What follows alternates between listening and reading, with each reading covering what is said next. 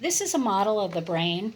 And what I want you to notice first is that there is things, they're actually like valleys and mountains on the brain. And those valleys and mountains, the valleys are called sulcus, and the mountains are called gyrus, and they serve to increase the surface area of the brain. So I wanted to show you what the brain is estimated its size actually is without those gyrus and sulcus. So you know what this is, and it's a sheet of newspaper, and it's estimated that it's between 1 and 2 sheets of newspaper or pages of newspaper if it were all spread out without the gyrus and sulcus.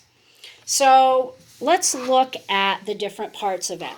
First of all, the lobes themselves are easy to remember because they're named similarly to the skull that encases them. So, first of all, let's look at this entire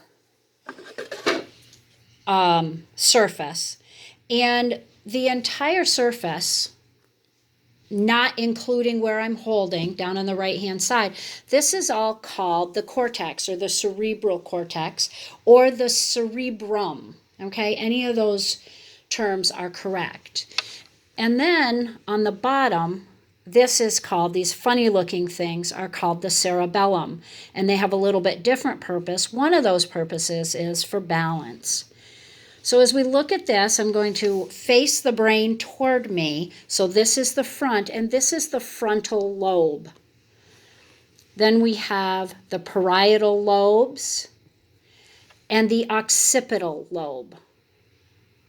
Okay, so we know those lobe parts. We're used to that. Then we also, I can't forget the temporal lobe, right? The temporal lobe. So we have our frontal lobe, our 2 parietal lobes, our 2 temporal lobes, and our occipital lobe in the back here. Those are all named similarly to the skull. And these are the cerebellum. While it's still in one piece, let's look at this, which is the brain stem. And then this little bean-shaped thing hanging off here is the pituitary. So let's separate this because the lobe is, or the brain is separated into 2 hemispheres. So looking at our 2 hemispheres here, I think I'll use this side because we can see the pituitary. But this is all the cortex, cerebral cortex or cerebrum, versus this part here, which is the cerebellum. And notice the kind of interesting structure. That's called the arbor vitae, and that is just like the tree or the bush, if you know what that looks like. That's where it got its name. So here is our brain stem again. And our brain stem is broken down into 3 parts. This part right here is called the midbrain. And then this is the pons, this circular portion. That's pretty easy to identify. And right down below the pons is called the medulla oblongata, or the medulla. You'll hear it referred to either way, and they're the same thing. As we look a little bit closer here, this area is called the corpus callosum. And when the 2 hemispheres of the brain are together, the corpus callosum is one piece. So it actually facilitates the communication to both sides of the brain. So it goes all the way through both sections. So down here is the diencephalon, and the diencephalon has 2 parts.